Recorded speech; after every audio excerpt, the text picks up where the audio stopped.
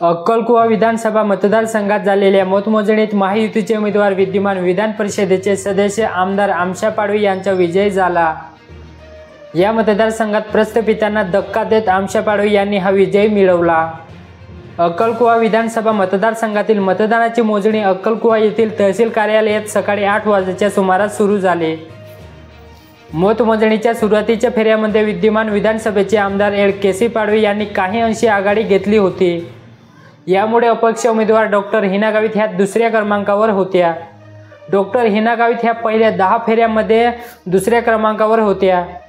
विद्यमान विधान परिषद सदस्य आमशा पाडवी हे 10व्या फेऱ्यापर्यंत तिसऱ्या स्थानावर होते, परंतु मतमोजणीच्या 11व्या फेरीनंतर दोन्ही उमेदवारांच्या बरोबरीने आमशा पाडवी यांनी मते मिळवली।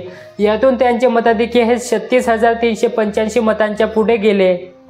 यातून आघाडी मिळाल्यानंतर पुढील फेऱ्यापर्यंत आघाडी कायम ठेवत आमशा पाडवी यांनी विजय मिळवला। राज्यातील प्रथम क्रमांकाचा मतदारसंघ असलेल्या अक्कलकुव्यात यंदाची निवडणूक चौरंगी लढतीमुळे चुरशीची झाली। यामुळे मतदारसंघातून कोण विजय मिळेल याचा अंदाज बांधणे राजकीय पक्षासह राजकीय विश्लेषकांना कठीण होत होते।